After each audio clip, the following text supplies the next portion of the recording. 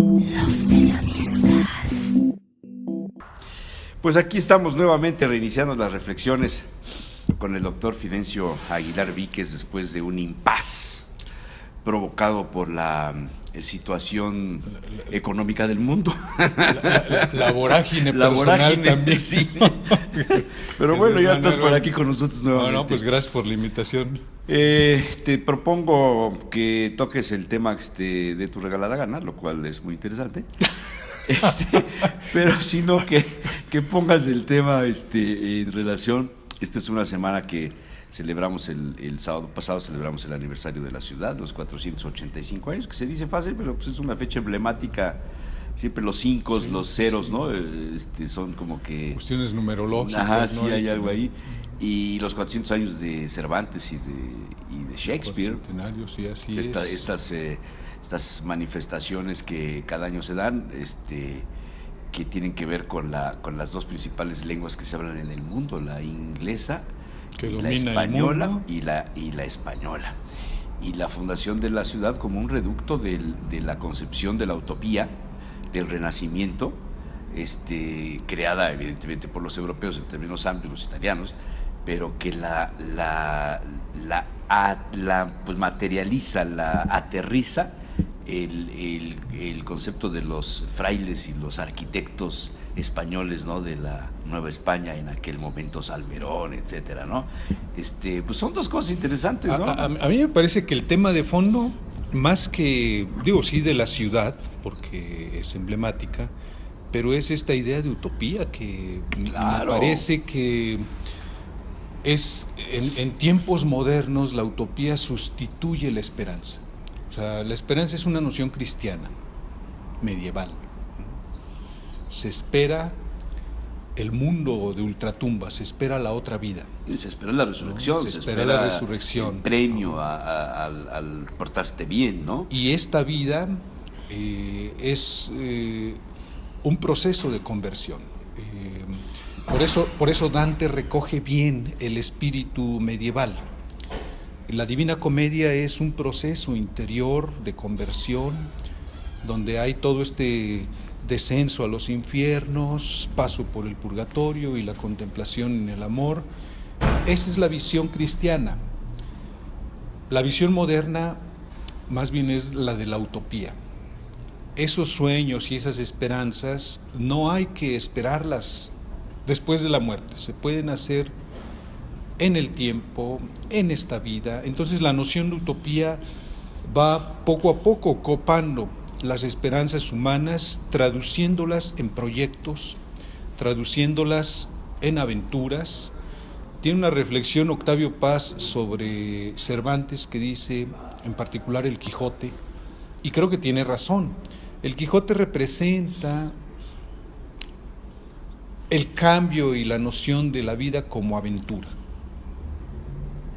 El Quijote un buen día decide, a partir de hoy soy caballero andante, y se lanza a recorrer el mundo, a buscar aventuras. ¿Esa es una utopía? En cierto sentido podríamos decir, hay un cambio de visión, ya no es la vida, el proceso de conversión, sino una aventura que hay que construir. La utopía hay que construir. La utopía es esa sociedad, esa ciudad idónea, ideal, donde los deseos humanos, los deseos sociales cobran realidad. Desde luego, sigue siendo utopía porque cada vez que se va avanzando, se da uno cuenta que el horizonte no se logra, sino que sigue adelante. Logras una cosa y sin embargo no estás satisfecho, hay que lograr otra y otra más. Y entonces la utopía resulta que nunca se logra, nunca se alcanza. O sea, por eso se dice de algo o de alguien que sueña mucho en alcanzar grandes cosas y demás, dice, es un utópico, es un cuate que nomás está dándole vueltas a una idea que no la va a alcanzar nunca, es una utopía. Ahora, si nos fijamos en el ¿La mismo... raíz es griega? Sí, sin lugar. O sea... Utopía quiere decir sin lugar. ¿Al lugar o sin lugar? Sin lugar. Sin lugar. Topos, ¿no? Topos significa lugar, y esta combinación de la U, que sería como una Y literalmente, ¿no? Y una digamos más bien fuera de lugar. O sea, no al hay lugar. lugar. No al lugar. No al lugar. No al lugar. No al lugar. Es una palabra muy Sí, bonita sí, y sí. poco usada, ¿no? Entre los abogados creo que se usa esta. Se usa esta mucho, palabra, sí. que no al lugar, pero aquí es muy particular. No existe este lugar, ¿no? Pero es un lugar que es buscado, es soñado, es querido, Claro. y me parece que caracteriza todo el pensamiento moderno, porque a partir de allí comienza lo que podríamos decir: si la esperanza ya no está en el otro mundo, sino en este mundo, pero sin lugar, entonces se vuelve lo que Octavio Paz llama la ironía de la modernidad. Qué curioso, que ya no esperamos nada después de la muerte, pero nos damos cuenta que aquí es imposible lograr. Y entonces se vuelven proyectos. La república es una utopía moderna. La democracia sería una utopía. Sería una utopía, lo que pasa es que se van logrando. Tú dices, la democracia, ¿qué tiempo tiene la democracia? Es un invento moderno. Los estados modernos, ¿no? Digamos, a partir de la Revolución Inglesa, probablemente, y las tres revoluciones paradigmáticas, la inglesa, la norteamericana, la francesa, que van consolidando esta idea. Y hoy mismo, a nivel mundial, a nivel de país y a nivel local de Puebla, nos quejamos de la democracia, estamos desencantados de la democracia. Por la manipulación. Por la imperfección de la democracia. Finalmente sigue siendo un instrumento. Lo que sigue gobernando es el autoritarismo. Sigue siendo un instrumento de los poderosos. Exacto. Y sigue siendo un terreno en los que los autoritarismos van encajando y van amarrando y van distorsionando una dinámica democrática. Ahora, esto no significa, yo creo que sí hay que soñar y sí hay que tener utopías, pero hay que ser conscientes de a qué nos referimos con una utopía. Un proyecto es una utopía, hasta que no se realiza. Y a mí me parece que eso es relevante, porque el hombre moderno, los hombres modernos, y aquí no estoy empleando el término en un sentido antropológico, más que de cuestión de género, para no estar con esta especie de contradicción lingüística, ¿no? De repente hay que hablar de hombres y mujeres o de... No, aquí me refiero al género humano. El género humano requiere de soñar, requiere de esperanzas, requiere de ideales, ¿no? Porque solo así, soñando, es como constituye y logra tomar por las riendas su propia vida, su propio destino. Me parece que es otra idea de la modernidad. Ahora sí, y esto es de Kant, ahora sí la humanidad toma en sus manos las riendas de su propia vida, las riendas de su propio horizonte, y me parece que eso es importante, porque es un proceso de madurez. Y eso históricamente creo que da relevancia. Desde luego, siempre la modernidad tiene su crisis, ¿no? Nosotros somos hijos de esas crisis de la modernidad. No tenemos, por ejemplo, claro este tema de la democracia, más bien nos ha desencantado el tema de la república, el tema de la ciencia, el tema de la razón. O sea, quiero decir... Hay un desencanto en términos generales. En generales de la existencia. De la existencia, de la política. En particular, digo, la política es un aspecto de la existencia. De la religión. De la religión me parece que también. Y también es utópica la religión. Por ejemplo, los fenómenos religiosos más bien ahora tienden a ser personalizados. No hay una confianza en las estructuras eclesiales, bueno, por ejemplo. el New Age es un poco, diríamos, manifestación sí, claro. De ese desencanto y de esa búsqueda personal. Claro, o sea, claro. Es como una ambivalencia, es un resurgir del sentimiento religioso, del sentido religioso, pero una gran desconfianza en las comunidades eclesiales. Y me parece que eso es grave, porque los seres humanos necesitamos la comunidad. O sea, si nos diéramos cuenta que somos una dialéctica o una, pues sí, una combinación de comunidad y soledad, nos daríamos cuenta que aunque la búsqueda es personal, la concreción comunitaria en sentido religioso nos da estructuración y nos da objetividad. Ya. Para no caer si nada más fuera búsqueda personal, muy fácilmente caeríamos en subjetividad. El concepto de sociedad, de familia, también son utópicos. La familia también está en crisis. Entonces es una utopía ya, la familia. Cuando tú oyes hoy día parejas jóvenes que se casaron y a los 3 o 4 años se divorcian y dicen, no, me vuelvo a casar. ¿Tan mal te fue? No, es que no quiero volver a tener un compromiso con nadie, quiero vivir solo. Sí, también hay desencanto. Hay un desencanto de la función de la familia, de la forma como te relacionas con la otra persona. En términos generales, la otredad Ha desaparecido. Cuando tenemos contacto nos hemos desencantado de la otredad porque Pero es que no está. porque no hemos madurado. ¿Dónde está la otredad? ¿En el Telegram, en el WhatsApp, en el Internet? Te concentras más dónde está? O sea, en una red social juego que mucho en una en las dinámica reuniones personal, ¿no? Sí, juego mucho en las reuniones de los amigos, en las mesas. Bueno, que cada quien saque su teléfono porque siempre hay alguien que está, ¿no? Y otro. Sí. Y entre los jóvenes más. Entre los jóvenes es impresionante. Está la chica con el novio y la chica está chateando. Sí, ¿Con sí. quién? Y los dos están No lo sé, chateando, ¿no? Pero, ¿no? y el novio pues está también papando moscas, ¿no? O sea, no hay ese contacto, eso que nosotros vivimos de jóvenes, la necesidad, la curiosidad, la urgencia de ver a la otra o al otro, Sí, ¿no? sí. Para platicar, para conocerte, para proyectar convivir, tu vida, ¿no? para proyectar, ¿no? Para decir, si nos casamos vamos a hacer esto, si tenemos hijos vamos a hacer esto, y qué te gustaría, me gustaría vivir en tal parte, que nos fuéramos a esto, y un proyecto de vida. Esto se ha convertido en una utopía. Diríamos que... ¿O cómo ves esta tontería que yo acabo de lo decir? veo así, Jesús Manuel. La utopía cobra su auge en la modernidad y con la crisis de la modernidad, la utopía también, diríamos, se fragmenta.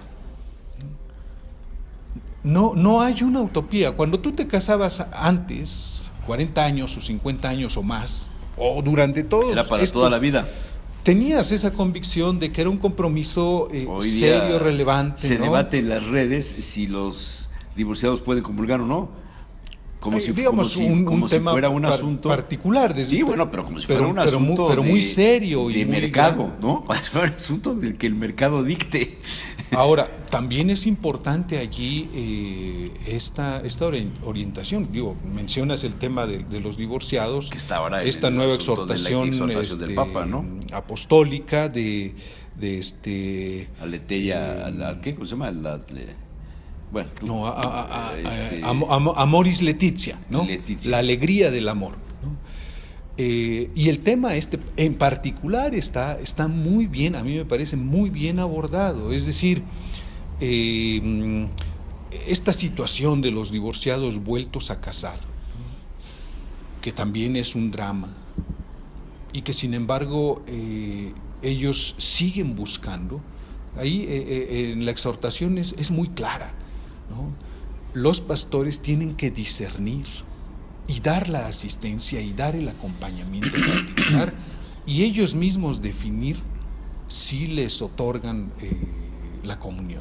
yo he escuchado a y he mí me visto, parece que eso es relevante. yo he visto personas que, divorciadas ambas, unidas con hijos, y que por una dispensa, o no sé cómo se le llame, el obispo les concede la gracia de recibir el sacramento de la comunión. Y los van encauzando al final del tiempo. Nos van acompañando y se una casan pastoral y particular, ¿no? exactamente. A mí me parece que eso... Tal vez el tema sea la masificación. O sea, Digo, porque finalmente la religión viene a constituir una especie de, no sé si está bien empleada la palabra freno, pero una condicionante de tu comportamiento, ¿no?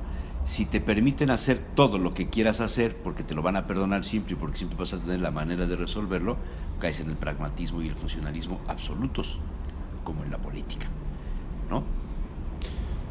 aunque, bueno, yo tengo la impresión, justamente el pragmatismo es como el desfondamiento de todo sentido. Que tú hagas las cosas porque te funcionan y porque ni siquiera te planteas la problemática. Pero es lo que hay. ¿no?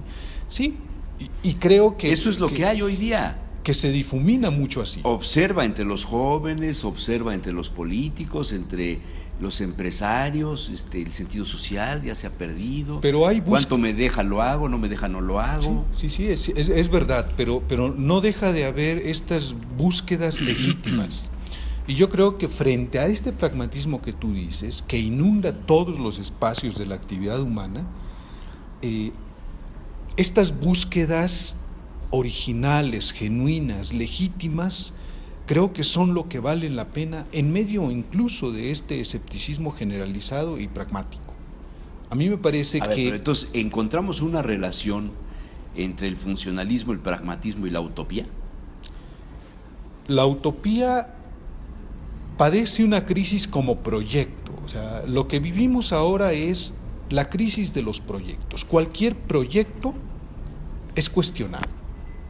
Tú dime, proyecto religioso, cuestionado. Proyecto político vía la república, vía la democracia, son cuestionados. No han logrado resolver los graves problemas sociales, los graves problemas políticos. Es más, hoy podríamos cuestionar la democracia.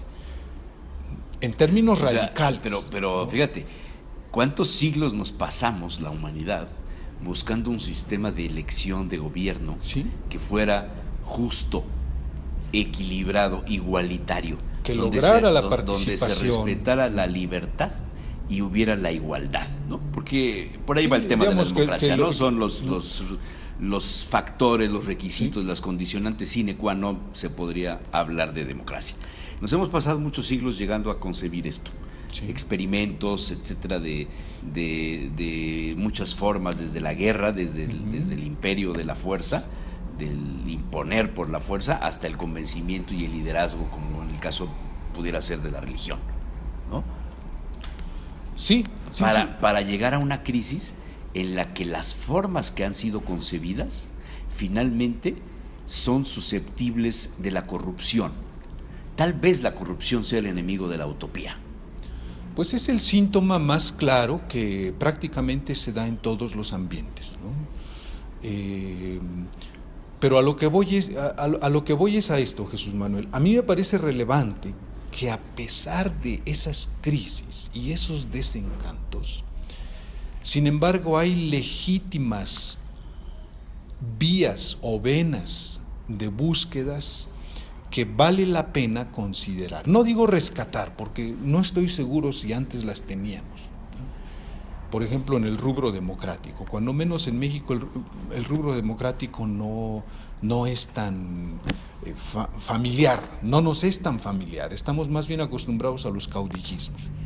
Pero suponiendo que los últimos 40 años, desde el 77 para acá, ha habido una evolución político-electoral positiva. Yo creo que sí, aún con la crisis de ahora.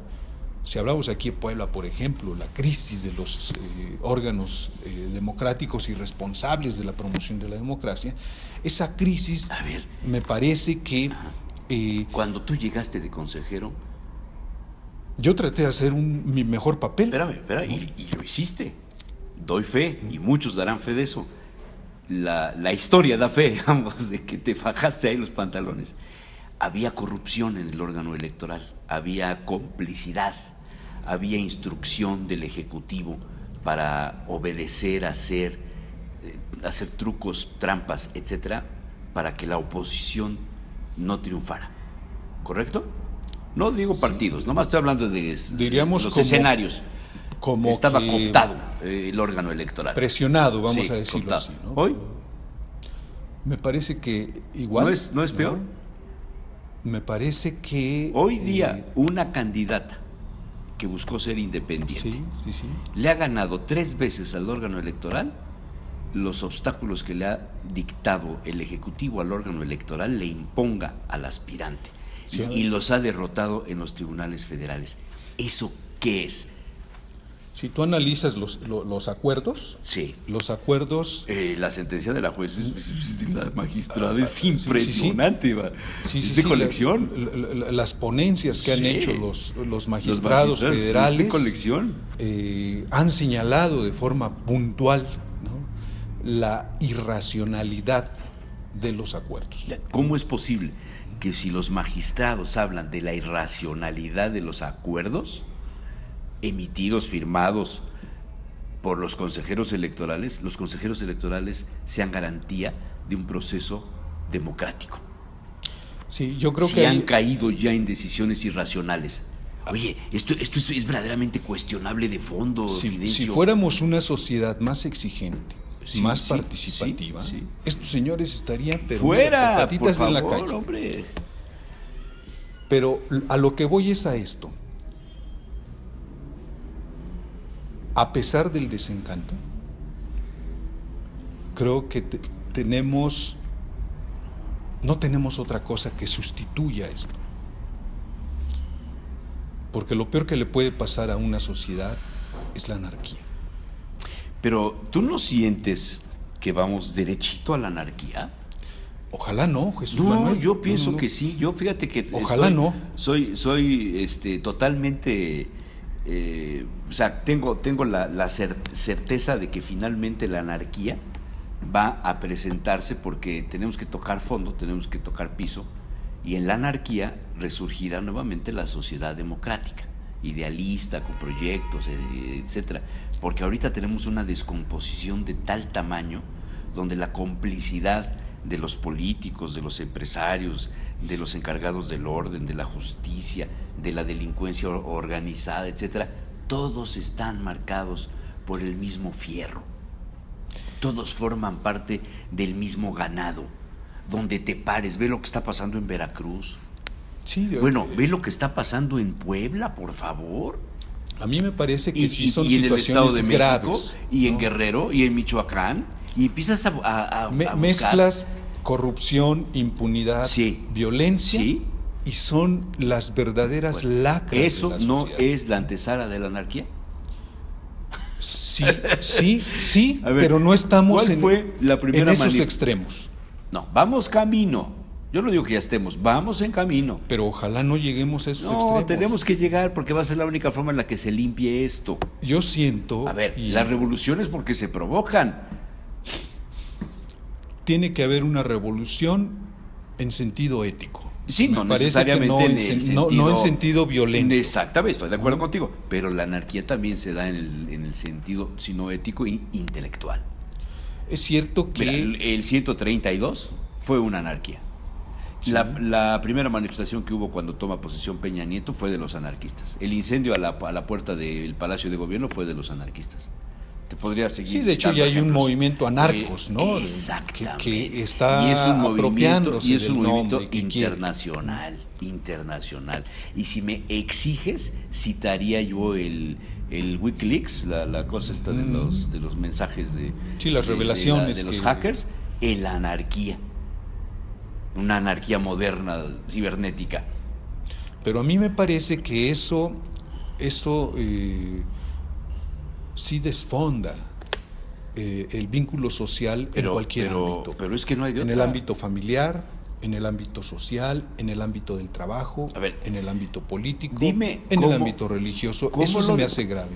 Es que es grave, pero es lo que va a pasar. Pero ojalá no. ¿Cómo- Ojalá cómo lo- no, cómo lo porque detienes? imagínate cómo... ¿Cómo lo detienes? A mí me parece que si le das, por ejemplo, cohesión a la familia, el tema de la familia, Sí. creo que es donde pudieran surgir estas células o estos átomos sí. de reconstrucción. Sí, ¿cuánto tiempo te va a llevar a social. hacer esa? Yo creo que unas 4 generaciones O 5, sería 6 u 8. suficiente. O sea, te estoy hablando de 60 años. Es más fácil que avance la anarquía a que logres esto de No, la familia. siempre es más fácil, Te pongo un ejemplo. Luis. ¿Qué Sí. dice Jacques Attali en la visión del mundo futuro? Pues justamente estas Ahí está, confrontaciones... ahí está. Fíjate, que tiene que ver con las migraciones, que tiene que ver con el dominio de los del sur al norte y del oeste al este y de regreso. la mano de obra del sur para el norte, la mano de obra del este para el oeste. O sea, estamos hablando de ciclos históricos que se repiten. La invasión de los bávaros no es lo que está pasando ahorita, de los migrantes a Europa. Sí, todo el norte de África volcado a fíjate, Europa, ¿no? Fíjate, la migración de todos los sudamericanos, centroamericanos, etcétera, a los Estados Unidos, la invasión de los Estados Unidos con sus tecnologías hacia los países del lado sur, el continente, el refuerzo de la economía el occidente a los países del este para sacarlos adelante. Pero diríamos que el problema no es eliminar la migración. No, yo no estoy El diciendo problema que la elimines, más bien es pero cuando un país no es autosuficiente, que le des un cauce. cuando a un la país no es migración. autosuficiente, ya no en la producción de los bienes de consumo, sino en la mano de obra para subsistir, es una sociedad que se agotó, que no tuvo la capacidad de regenerarse, de repoblarse. Sí, ¿O sí, no? generaciones famélicas, ¿no? Exacto. Sociedades famélicas. Exacto. Pero allí está quizá una buena oportunidad del sentido de la migración. O sea, a mí me parece que el tema de la migración es un tema central de reencauzamiento, o de cauce, mejor dicho, porque no se habían dado fenómenos así en esas magnitudes. Sí, hace Siempre muchos habían siglos, hace muchos existido, siglos. digo, Cuando se acaba el Imperio Romano, se acaba por las migraciones de los bávaros. pero lo que quiero decir es que estos colapsos de los imperios permitían estos flujos de forma natural, en cierto sentido. A lo mejor es lo que tú estás viendo, que naturalmente caminamos hacia allí. Y yo lo que estoy previendo es que si caminamos hacia ahí, la violencia se va a generalizar. Es que ya está la violencia. Sí, ya está, pero no está generalizada en cierto sentido. Ahí coincido con Vargas Llosa y su perspectiva. La violencia en este país, México, está generalizada. Sí, no La lo violencia, niego. la violencia de ISIS, de Daesh, del nuevo califato, Sí, del Estado Islámico, son- está son- generalizada en África, en Asia y en Europa. Dime dónde más. Yo creo que son fenómenos devastadores, sangrientos, expansivos, Sí, pero y en no- cierto y sentido, los- por ejemplo, yo no estoy armado. ¿Tú no, estás armado? Yo con la lengua, Bueno, con el intelecto. no, me refiero en el sentido de una yo protección, en mi vida, yo jamás, no. de que en la calle, creo que no llegamos a esos extremos. No, pero hay mucha gente alrededor de nosotros que sí. Y a lo que voy es que, y esperemos que no haga falta eso, que no estemos armados, porque las armas son para usarse, y la verdad es que yo no estoy ¿Y dispuesto quién las a usar, produce? Pues las ¿no? produce un país No, que tiene un alto y es estándar de vida. y es un y estamos- mercado amplio. Estamos dándoles a los ¿no? alemanes, por no ir muy lejos, un estándar de vida fuera de serie, comprándoles sus armas y sus coches. Pero son fenómenos en los cuales no podemos incidir. ¿En qué sí podemos incidir? A mí me parece que en suscitar proyectos, en suscitar sueños, en suscitar esperanzas. ¿Está bien?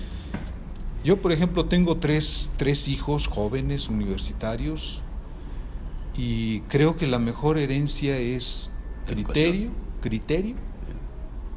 y esperanza. Esperanza. O el sueño de la utopía. Utopía, ¿no?